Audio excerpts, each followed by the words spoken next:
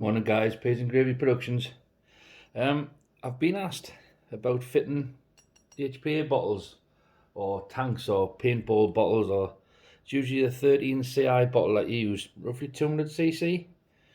When they're fitting them, things don't fit cleanly and they don't line up, and over tightening them and various things. That's majority of what I find is seals are damaged due to over tightening.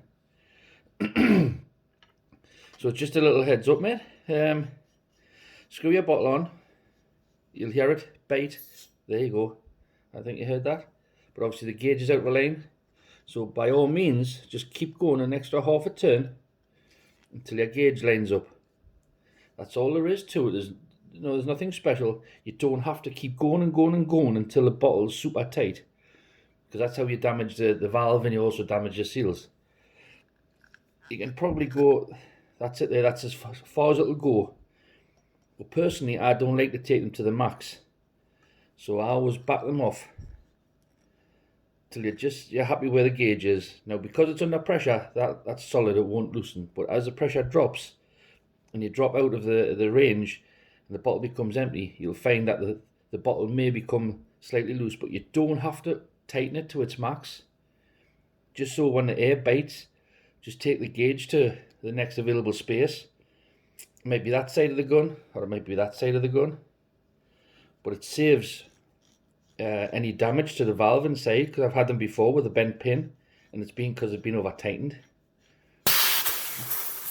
They are just really sat, so that pin in there can be damaged. Not very often, but it's just because people don't realise that you don't have to tighten them to the max. See if you can hear that again. There, just a little chirp, and that shows it's pressurized up, and then you can feel the resistance. And just, if you take it any further, that's the max, then just back it off, and the gun will happily run like that all day. And it saves damaging your O-rings, because it damages the O-rings, damages the valve, because you've got it under tension, because people leave these on indefinitely and they just fill it on the gun. But just to give you an idea, it's not, you don't have to maximize it, you don't have to torque it down super tight, just a little nip and it'll come off and on, no problem. There you are. No damage, no seal damage, a little bit of light oil, because I always oil the seals. Gun's happy. Okay, just a little heads up. Cheers.